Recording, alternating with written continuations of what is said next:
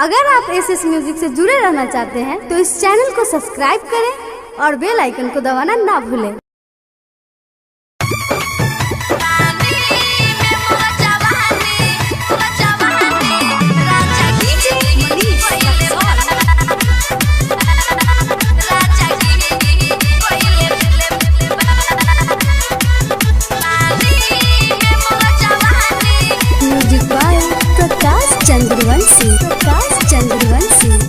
ढेर ढेर दिन बाद इहो आइल बा हो, लागे मिली नाही इहो खखुआइल बा हो। ढेर ढेर दिन बाद इहो आइल बा हो, लागे मिली नाही इहो खखुआइल बा हो। पाई के मौका रतिया में चोली ढील कइले बा। पानी में मोर जवानी सैया गिल कइले बा। पानी में मोर जवानी राजा गिल कइले बा। पानी में मोर जवानी राजा गिल कइले बा। राजा गिल कइले बा। डीजे मनीष पानी में मोर जवानी राजा गिल कइले बा। सुर संगम रिकॉर्डिंग स्टूडियो साहिबगंज। चुओता रस मोह तुधेया मलाई, ई दुख कैसे के बताई।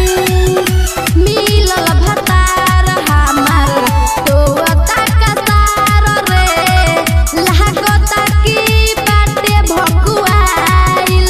करे लगन गरुआ रे, करे लगन गरुआ, कुछ फील कइले बा। पानी में मोर जवानी सैया गिल कइले बा। पानी में मोर जवानी राजा गिल कइले बा। पानी में मोर जवानी राजा गिल कइले बा। राजा गिल कइले बा। डीजे मनीष पानी में मोर जवानी राजा गिल कइले बा।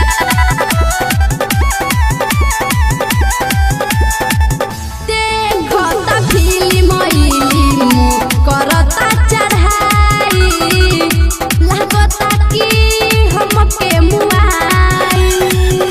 सीखता रंग ढंग राहुल विकास के, एही से मन गुताइल। कहेली सोना बतिया के नदिया ढील कइले बा। पानी में मोर जवानी सैया गिल कइले बा। पानी में मोर जवानी राजा गिल कइले बा। Contact number 7352676438।